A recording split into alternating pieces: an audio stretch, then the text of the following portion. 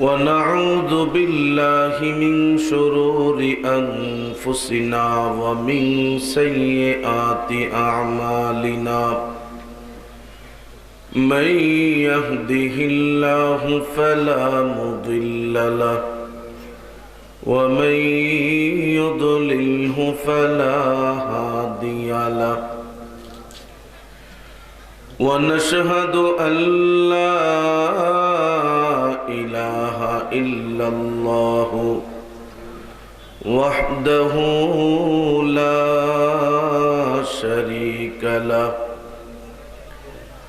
ونشهد أن سيدنا وسندنا وحبيبنا ومولانا محمدا عبده ورسوله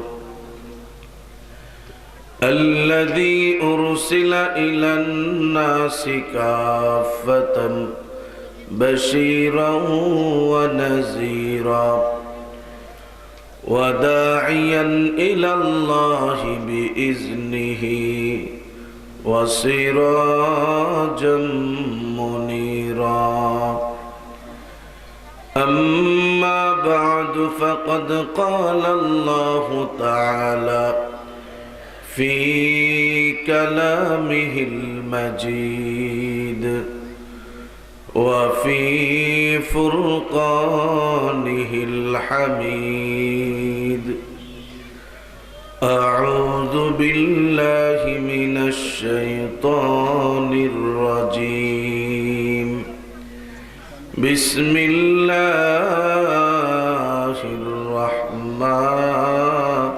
الرحيم إن الله يأمركم أن تؤدوا الأمانات إلى أهلها وإذا حكمتم بين الناس أن تحكموا بالعدل إن الله نعم ما يعظكم به إن الله كان سميعا بصيرا وقال النبي صلى الله عليه وسلم آية المنافق ثلاثة إذا حدث كذبا وإذا وعد أخلفا وإذا أؤتمن خانا صدق الله العظيم وصدق رسوله النبي الكريم ونحن على ذلك من الشاهدين والشاكرين والحمد لله رب العالمين সকলে আমরা মুহাব্বতের সাথে জবান খুলে দরুদ ইব্রাহিম পড়ে নেই اللهم صل على محمد وعلى آل محمد كما صليت على إبراهيم وعلى آل إبراهيم إنك حميد مجيد اللهم بارك على محمد وعلى آل محمد كما باركت على إبراهيم وعلى آل إبراهيم إنك حميد مجيد بلغ العلا بكماله كشف الدجى بجماله حسنت جميع خصاله صلوا عليه وآله لا إله إلا الله لا إله إلا الله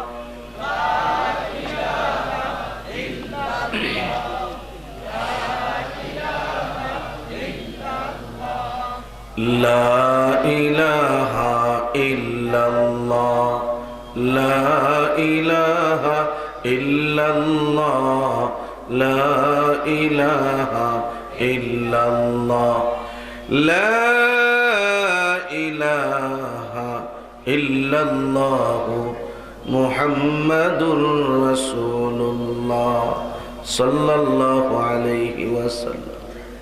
একজন অপরাধী যাবে আল্লাহর আদালতের সামনে দাঁড়াবে, দাঁড়ানোর পরে আল্লাহ তাআলা কবে, এই তুই এই কামটা করছিস না? হ্যাঁ কবে, না করি নাই, অস্বীকার করব। সাথে সাথে আল্লাহ তাআলা মুখের মধ্যে মোহর মেরে দিবে, কষ্টেপ লাগাই দিবে, সুপার মুখ বন্ধ। এরপর আল্লাহ তাআলা তার হাত, তার পা, তার চোখ, অঙ্গ প্রত্যঙ্গ সবগুলির জবান আল্লাহ খুলে দিবেন। সূরা ইয়াসিনের মধ্যে আল্লাহ পাক রব্বুল আলামিন বলেন, আল ইয়াউমা নাখতিমু আলা আফওয়াহিহিম ওয়া তুকাল্লিমুনা আইদিহিম ওয়া তাশহাদু আরজুলুহুম বিমা কানু ইয়াকসিবুন। আল্লাহ রাব্বুল আলামিন বলেন, এ দুনিয়ার মানুষ শুন, হাসরের কঠিন ময়দানে কোন রকম ছাড় পাবি না। জবান দিয়া যদি অস্বীকার করস, আমি আল্লাহ জবানের মধ্যে কষ্টেপ লাগাইয়া দিব, জবান দিয়া কোনো কথা বলতে পারবি না। আমি আল্লাহ তোর হাতের জবান খুইলা দিব, তোর পায়ের জবান খুলে দেব। হাত তখন বলবে, রব্বুল আলামিন আমি হাত নিজে সাক্ষী, আমি এই হাত দিয়া সে অন্যায় কাজগুলি করেছে। পা বলবে, আল্লাহ জমিনে তো আমি কোনো কিছুই করতে পারি নাই, কিন্তু আজকে হাসরের ময়দানে যখন তুমি আমাকে পারমিশন দিয়েছো, আমি পা বলতেছি আমার ব্যবহার কইরা সে আকাম কুকাম করছে, আমি পা সাক্ষী। জোরে কর নাউজুবিল্লাহ, আরো জোরে কর না। এই পাটা দান করছেন কে? হাতটা দান করছেন কে? এই জন্য এর যথাযথ ব্যবহার করতে হবে। এটা আল্লাহ পাকের আমানত। এই আমানতকে সঠিকভাবে ব্যবহার করা এটা বান্দার উপর অবশ্যই দায়িত্ব এবং কর্তব্য। 2 নাম্বার আমানত, সন্তান দেওয়ার মালিক কে? একটু জোরে বলেন। অনেকেই তো মনে করে বাবার দরবারে গেলে সন্তান ফ্রি পাওয়া যায়, মনে হয় যে বাবা সন্তানের প্যাকেজ লয়ে বই রইছে। হ্যাঁ, বর্তমানে তো প্যাকেজ ছাড়ে, দেখেন না পত্রপত্রিকার মধ্যে গ্রামীণের প্যাকেজ, রবির প্যাকেজ, এয়ারটেলের প্যাকেজ, বাংলা লিংকের প্যাকেজ, কত প্যাকেজ যে শুরু হয়েছে। আর ভণ্ড প্রতারকরা, আমাদের দেশের শয়তানের কতগুলি দালাল, ইসলামের দুশমন, এরা সাধারণ মুসলমানদের ঈমান হরণ করার জন্য এরাও পত্রিকার মধ্যে প্যাকেজ ছাড়ে। বাবার দরবারে গেলে সমস্ত সমস্যার সমাধান হবে, যার সন্তান নাই তার সন্তান হবে, যার ব্যবসা নাই তার ব্যবসায় উন্নতি হবে। ও মুসলমান, যারা এই আকীদা পোষণ করবে তাদের ঈমান থাকবে না, ঈমান থাকবে না। কথা বলেন ঠিক কিনা?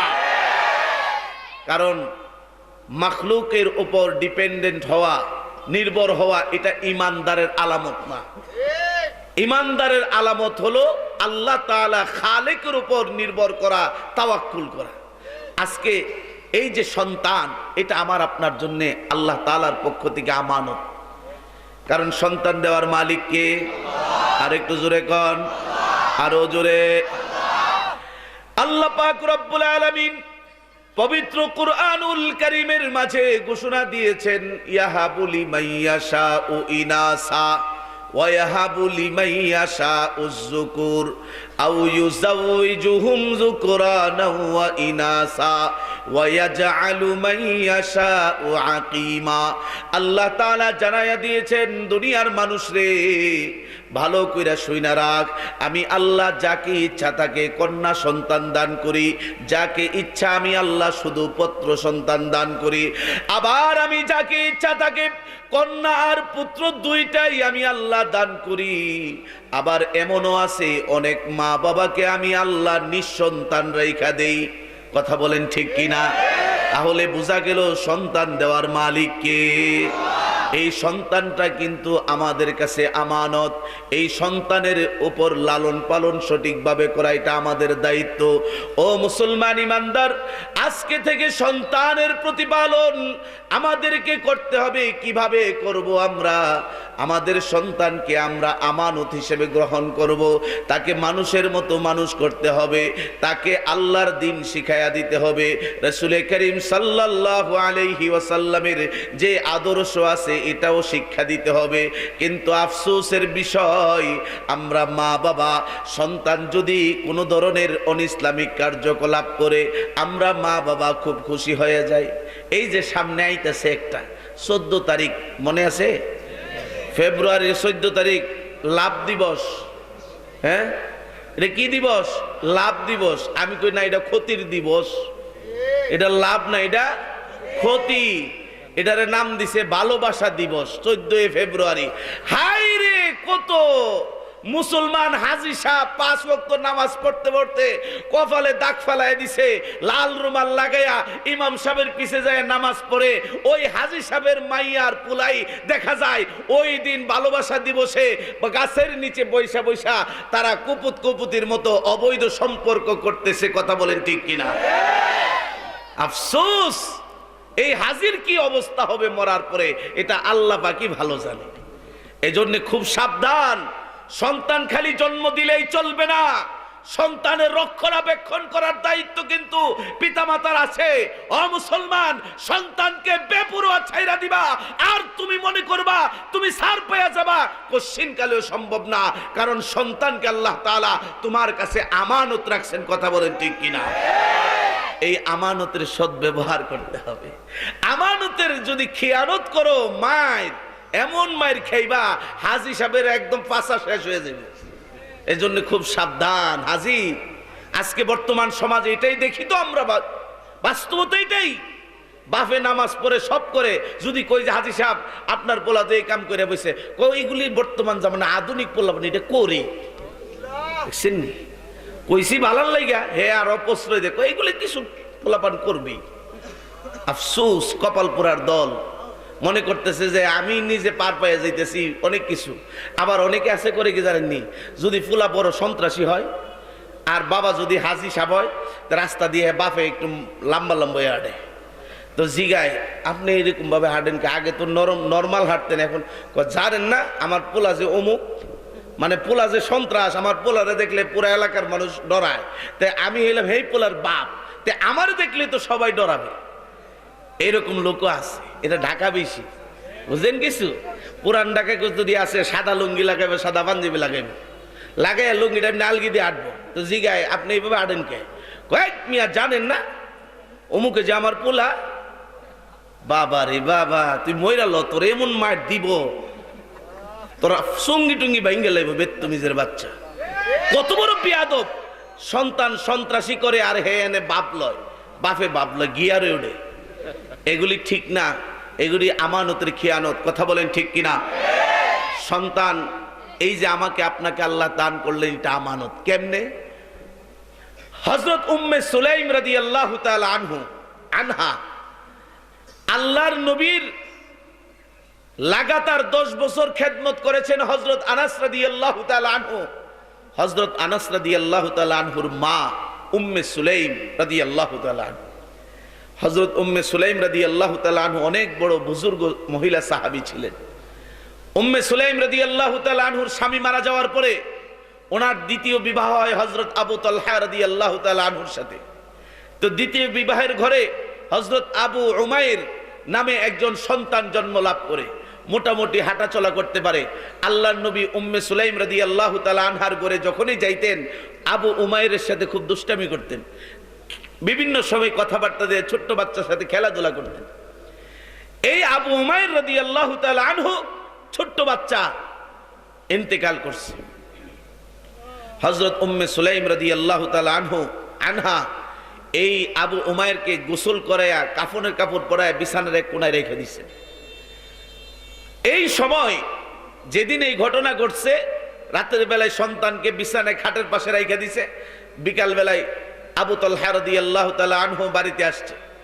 আসার পরে এই দিন হযরত উম্মে সুলাইম রাদিয়াল্লাহু তাআলা আনহু অন্যান্য দিনের চাইতে বেশি সাজসজ্জা করছেন, খাবার দাবারে ভালো ইন্তজাম করছেন, খুব সুন্দর ব্যবস্থাপনা করছেন। রাতের বেলায় স্বামীকে খুব আনন্দ দিছেন।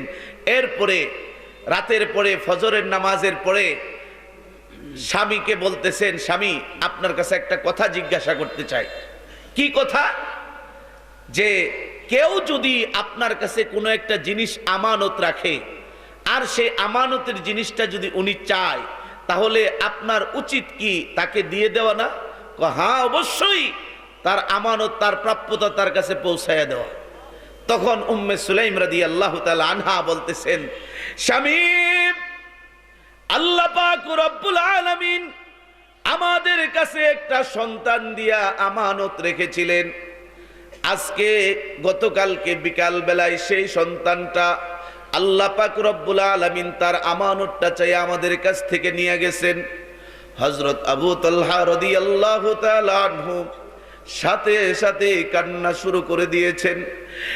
বিবি, সারা রাত্র গেল, একটা মুহূর্ত আমাকে তুমি বুঝতে দিলা না, কেন এই রকম কাজটা করলা? আমার সন্তান দুনিয়া থেকে বিদায় নিয়ে চলে গেল, আমি বাবা হয়ে জানতে পারলাম না। রাত্রে বেলায় আমাকে এত আনন্দের মধ্যে রাখলা, ফজরের পরে তুমি আমাকে এই কথাগুলো বললা, আমি বাবা হয়ে বরদাস্ত করতে পারতেছি না। হযরত উম্মে সুলাইম রাদিয়াল্লাহু তাআলা আনহা বলতেছেন, স্বামী, এখনো বিশ্ব নবী জমিনের মধ্যে বেঁচে আছে, চলেন যাই আল্লাহর নবী কি ডিক্লেরেশন দেয়, আল্লাহর নবী আমাদের জন্য কি ফয়সালা দেয়। দুইজন চলে গেলেন আল্লাহর নবীর দরবারে। আল্লাহর নবী তখন পুরা ঘটনা শোনার পরে বলতেছেন, উম্মে সুলাইম আজকে যেই কাজটা করেছে এটাই হলো সবচাইতে উত্তম কাজ।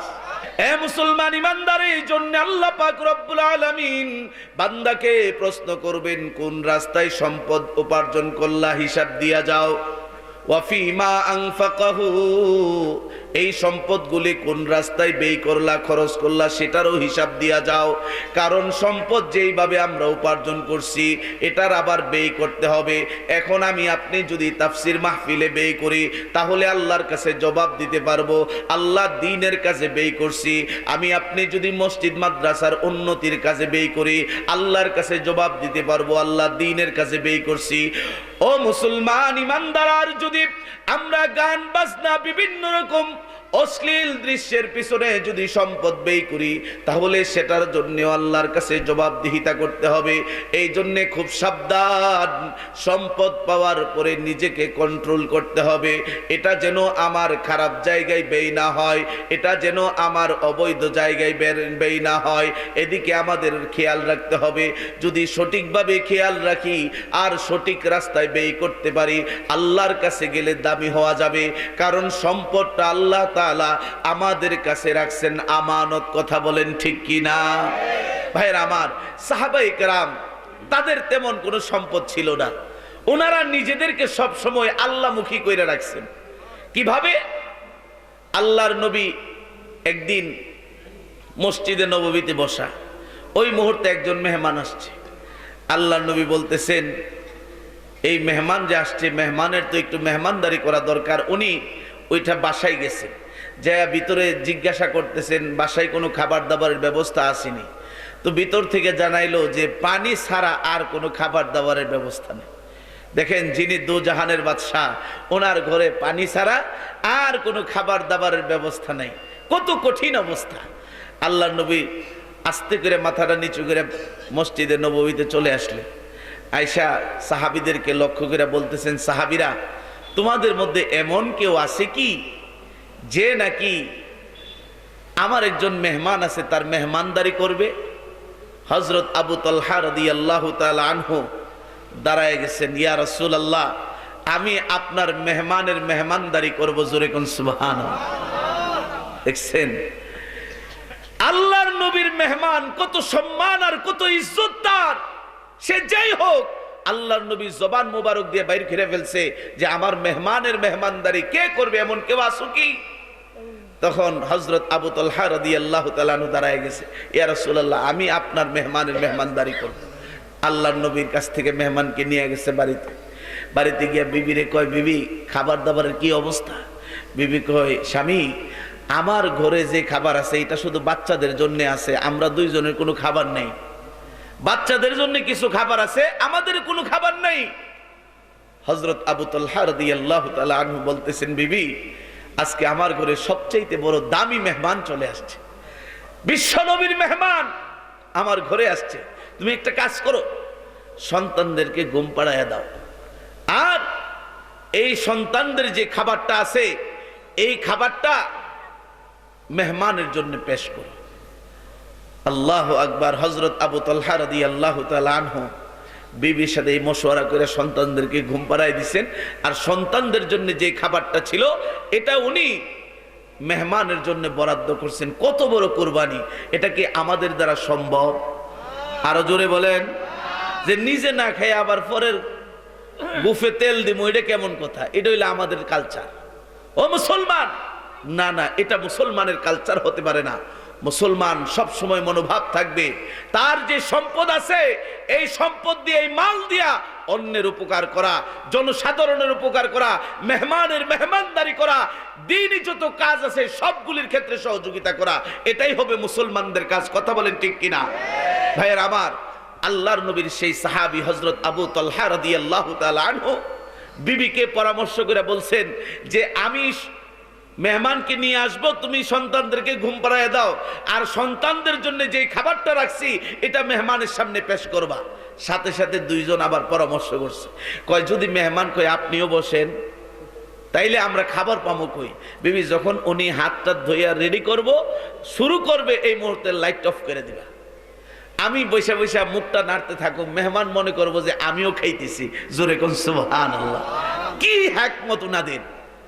আর আমরা হইলে কি করলাম? হইলে কই সময় নেই, গময় নেই, মেহমান ওঠে ঘর নেই, ভাত এনেছে মেহমান, আগে পোলারে খাওয়াইলো, এরপর মেহমানরে যেটা মন সেটা করুন।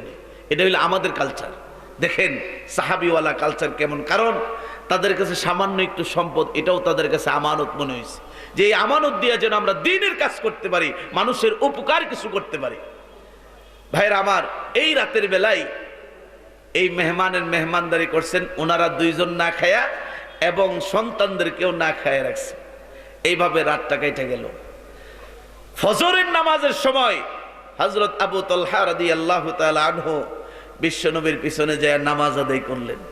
আল্লাহর নবী নামাজ শেষ করার পরে হযরত আবু তালহাকে ডাক দিয়ে বলতেছেন, আবু তালহা কেমন মেহমানদারি করলা আজকে, স্বয়ং আল্লাহ তোমার পক্ষে কোরআনের আয়াত নাজিল করে দিছে। وَيُؤْثِرُونَ عَلَى أَنفُسِهِمْ وَلَوْ كَانَ بِهِمْ خَصَاصَةٌ। আল্লাহ পাক রব্বুল আলামিন সাহাবায়ে কেরামের চরিত্র বর্ণনা করতেছেন।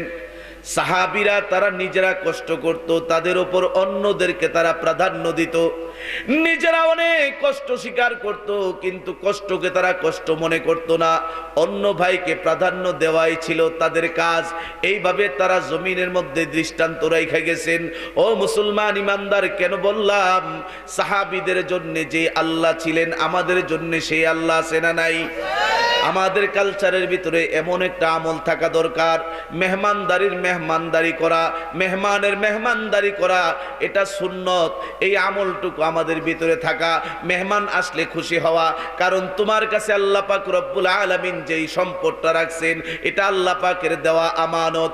এই আমানত দিয়া তুমি মেহমানদারি করলে আল্লাহ খুশি হবে। কথা বলেন ঠিক কিনা? এই জন্য মেহমান আসলে কোনো ধরনের চেহারা খারাপ করা যাবে না, এটা সবসময় খেয়াল রাখা। ভাইয়ের আমার, এক নাম্বার বলছিলাম আমানত হইল অঙ্গ প্রত্যঙ্গ, এই আমানত দান করেছেন কে? দুই নাম্বার হইল সন্তান, এটাও আল্লাহ তাআলার দেওয়া আমানত। তিন নাম্বার হলো সম্পদ, এটাও আল্লাহর দেওয়া আমানত। এমনি ভাবে আমার আপনার এই যে বর্তমান জামানায় চলতেছে কর্তৃত্ব, ক্ষমতা, এই ক্ষমতাটাও দান করেছেন কে? আর একটু জোরে বলেন। আল্লাহর নবী বলেন, আলা কুল্লুকুম রাইন ওয়া কুল্লুকুম মাসউলুন আন রাইয়াতিহি। এ দুনিয়ার মানুষ, তোমরা প্রত্যেকেই হলে দায়িত্বশীল। হাসরের কঠিন ময়দানে তোমার দায়িত্বের ব্যাপারে জিজ্ঞাসা করা হবে। আজকে আমি আপনি যে মসজিদের মুতাওয়াল্লি আছি, মসজিদের দায়িত্বশীল আমরা, এই মসজিদের দায়িত্বের ব্যাপারে আল্লাহর কাছে জবাবদিহিতা করতে হবে। মাদ্রাসার মুহতামিম, মাদ্রাসার এহতেমামের দায়িত্বের ব্যাপারে তাকে আল্লাহর আদালতে জবাবদিহিতা করতে হবে। একজন এলাকার নেতা, এলাকার কর্তৃত্ব যার হাতে আছে, তাকেও কিন্তু এলাকার ব্যাপারে জবাবদিহিতা করতে হবে। একজন দেশের ক্ষমতাবান প্রেসিডেন্ট, তাকেও দেশের লোকজনের ব্যাপারে আল্লাহর কাছে জবাবদিহিতা করতে হবে। এই জন্যে কর্তৃত্ব আর ক্ষমতা এটাও আল্লাহর দেওয়া আমানত। কথা বলেন ঠিক কিনা? এইটাকে নষ্ট করা যাবে না যে আমি আমানত পাইলাম, আমি ক্ষমতা পাইলাম, যেইভাবে ইচ্ছা সেইভাবেই আমি ব্যবহার করব, এই সুযোগ কিন্তু আল্লাহ তাআলা আমাকে আপনাকে দেয় নাই। যারাই ক্ষমতার অপব্যবহার করছে তারাই ধ্বংস হয়ে গেছে। নজির আল্লাহ তাআলা এখন বর্তমান বিশ্বে দেখাইতেছেন। এই যে চীন আজকে কঠিন অবস্থার সম্মুখীন, তারা কঠিন অবস্থা তারা পার করতেছে। ও মুসলমান, পরশুদিন দেখলাম যে চীন আজকে অসহায় হয়ে গেছে। তার সীমান্তবর্তী যত রাষ্ট্র আছে সব সীমান্ত, প্রত্যেকটা রাষ্ট্র দরজা বন্ধ করে দিছে। তাদের সীমান্তের পার হইয়া অন্য দেশে যাওয়ার কোনো সুযোগ নাই। কথা বলেন ঠিক কিনা? চীন আজকে অসহায়। কারণ কি জানেন? কারণ আছে, বহুত করে লেছে তারা। বর্তমান বিশ্বে সবচাইতে বড় দুষ্ট এই চীন। কেমনে? এই যে আরাকানের মুসলমানদেরকে কুচুকাটা করে বাংলাদেশে পাঠাইলো, এর পিছনে ইন্ধনদাতা হইল চীন। কথা বলেন ঠিক কিনা? এই মুসলমানদের চিৎকার আল্লাহ শুনছে না? আরো জোরে কোন? অবশ্যই শুনছে মুসলমান। শুধু তাই নয়, চীনের ভিতরে বিশাল একটা এলাকা আছে যেটা একটা দুর্গের মতো করা, বেষ্টনী দিয়া মুসলমানদেরকে ওইখানে রাইখা দিন রাত 24 ঘন্টা নির্যাতন করা হচ্ছে ইসলাম ত্যাগ করার জন্য। ওই মুসলমানরা আল্লাহর কাছে ফরিয়াদ করতেছে। ওই ফরিয়াদকে আল্লাহ দেখতেছে না? ওইটাকে আল্লাহ কবুল করবে না? অবশ্যই করবে। কেমন দুষ্ট তারা দেখেন। ওই দেশের মধ্যে যেখানে এই ধরনের জেলখানা করে রাখছে, কয়েদখানা করে রাখছে, ওইখানে কোনো সাংবাদিক ঢুকতে দেয় না, ওইখানে কোনো স্যাটেলাইট যেন ঢুকতে না পারে প্রযুক্তি দিয়ে রাখছে। কিন্তু বিশ্ব স্যাটেলাইট এটাকে মার্ক করছে যে এই জায়গাটাকে তারা এইভাবে কেন সুরক্ষা করতেছে। ঘটনা কি? পরে তালাশ করে দেখা গেল ওই পুরা এলাকার মধ্যে প্রায় লক্ষ লক্ষ মুসলমানদেরকে বন্দী করে করে তাদের উপর নির্যাতন চালাইতেছে এই বর্তমান চীন সরকার। কথা বলেন কথা ঠিক কিনা? আর তাদের এই চিৎকার আজকে আল্লাহ কবুল করে দিছে। কেমন কবুল করা করছে? একটা ছোট্ট ভাইরাস, করোনা ভাইরাস, এটা দিছে। এখন চীনের আরামের ঘুম হারাম হয়ে গেছে, রাস্তাঘাট জনশূন্য হয়ে গেছে, সব এখন ঘরের ভিতরে ইয়ানাফসি ইয়ানাফসি করতেছে। ওই দিন পত্রিকায় দেখলাম এরা তো আর আল্লাহরে ডাকে না, এরা সঙ্গীত গায়, গান গায়। প্রত্যেক বাসা থেকে রাতের বেলায় সবাই গান গায়, গায়ে গায়ে তারা শান্তি পায়। মনে করে গান গাইলেই বুঝি এই করোনা ভাইরাস যাইবো গা। জোরে কোন নাউজুবিল্লাহ। করোনা ভাইরাস পাঠানোর মালিক কে? আর এই করোনা ভাইরাসের বিপদ থেকে উদ্ধার করার মালিক কে? মুসলমান ইমানদার, আজকের পত্রিকায় দেখলাম ওই চীনের প্রেসিডেন্ট এখন মসজিদে মসজিদে যাইয়া মুসলমানদের কাছে দোয়া চায়। ভাই আপনারা দোয়া করেন আল্লাহ যেন এই মুসিবত থেকে চীনকে রক্ষা করে। দেখছেননি আল্লাহ কেমন সাইজ করা করছে? বাদশাহ আব্রাহা এরে যেরকম ভাবে আবাবিল পাখির ছোট ছোট পাথর দিয়ে ধ্বংস করছে, নমরুদরে আল্লাহ যেমন ল্যাংরা মশা দিয়ে ধ্বংস করছে, আল্লাহ তাআলা বর্তমান বিশ্বের এই বেত্তুমিজ যে নাকি মুসলমানদের উপর কঠিন নির্যাতন চালাইছে, এর উপরে আল্লাহ করোনা ভাইরাস দিয়া এইরকম গজব নাজিল করছে। কথা বলেন ঠিক কিনা? ভাইয়ের আমার, ক্ষমতা পাইলেই অপব্যবহার করা যাবে না। ক্ষমতার সঠিক ব্যবহার করা এটাই ইসলামের কথা। কারণ তোমার এই ক্ষমতা আল্লাহ পাকের পক্ষ থেকে আমানত। কথা বলেন ঠিক কিনা? এই হইল আর একটা বিষয়, এদিকেও খেয়াল রাখতে হবে। এখন অনেকেই কবে যে ক্ষমতা মানে হইল প্রেসিডেন্ট, প্রধানমন্ত্রী, মন্ত্রী এরার হাতে। না না, আমি যে এই মহল্লা আছি, এই মহল্লার মধ্যে আমি যদি মাতবর হই, সর্দার হই, তাহলে আমিও কিন্তু এই গ্রুপের একজন। আমার এই পাড়ার ব্যাপারে আমাকে হাসরের ময়দানে জবাবদিহিতা করতে হবে। এই জন্য ক্ষমতা পাওয়ার পরে কারো উপর অন্যায় অবিচার করা যাবে না, বরং সব সময় ইনসাফ প্রতিষ্ঠা করতে হবে। কথা বলেন ঠিক কিনা? এই আমানত, ক্ষমতা একটা আমানত, এটার কর্তৃত্ব, এটাকে সঠিকভাবে ব্যয় করা। আরেকটা সবচাইতে বড় আমানত হলো আল্লাহ পাক রব্বুল আলামিন যেই কথাটুকু কোরআনের মধ্যে বর্ণনা করেছেন, ইন্না আরাদনাল আমানাতা আলাস সামাওয়াতি ওয়াল আরদি ওয়াল জিবাল فأبين أن يحملنها وأشفقن منها وحملها الإنسان আল্লাহ পাক রব্বুল আলামিন বলেন আমি নিশ্চয়ই একটা আমানত আসমান আর জমিন আর পাহাড়ের কাছে পেশ করেছিলাম। এই আমানতের নাম হলো পবিত্র কুরআনুল কারীম। আল্লাহ তাআলা বলেন এই কুরআন আমি সর্বপ্রথম আসমান জমিন আর পাহাড়ের কাছে পেশ করলাম, এটা আমানতটা রাখো। তারা ফাআবাইনা আইয়াহমিলনাহা, তারা এটা বহন করতে অস্বীকার করছে, না না এত বড় দায়িত্ব আমরা পালন করতে পারবো না, তারা ভয় পায়া গেছে। ওয়া হামালাহাল ইনসান, আল্লাহ পাক রব্বুল আলামিন বলেন এই কোরআনের দায়িত্ব আমানত একমাত্র মানুষ গ্রহণ করেছে। মানুষ এই আমানতটা গ্রহণ করছে। এই যে আমানত কোরআন, এই কোরআন কিন্তু দামি জিনিস। আজকে আমরা কোরআনের শিক্ষা থেকে বিচ্ছিন্ন হয়ে যাওয়ার কারণে আমাদের আজকে কঠিন দুরবস্থা চলতেছে। ও মুসলমান, এই জন্য আপনাদের কাছে আমার অনুরোধ থাকবে সন্তানদেরকে কোরআনের মেহনতওয়ালা ব্যক্তি বানান, সন্তানদেরকে কোরআনের শিক্ষায় শিক্ষিত করেন, তাইলে জীবনটা ধন্য হবে, না হলে পুরা বরবাদ। এমনি তো নাই আমরা, এরপরে যদি কোরআনের শিক্ষা না থাকে আরো আমরা বরবাদ হয়ে যাব। এই জন্য আপনাদের কাছে আমার সবচেয়ে বড় অনুরোধ হলো আজকে উলামায়ে কেরাম যারা কোরআনের পিছনে মেহনত করতেছেন, উলামায়ে কেরামের সাথে আপনারা একাত্মতা পোষণ করে কোরআনের এই মেহনতকে কিভাবে অগ্রসর করা যায়, এই মিশনকে কিভাবে ঘরে ঘরে বাস্তবায়ন করা যায়, এই জন্য সহযোগিতা করুন। কিন্তু আফসোসের বিষয় আমাদের মধ্যেই কিছু সরল মনা ভাই এরা আজকে উলামায়ে কেরামের পিছনে লেগে গেছে, উলামা বিদ্বেষী মনোভাব তাদের ভিতরে তৈরি হয়ে গেছে।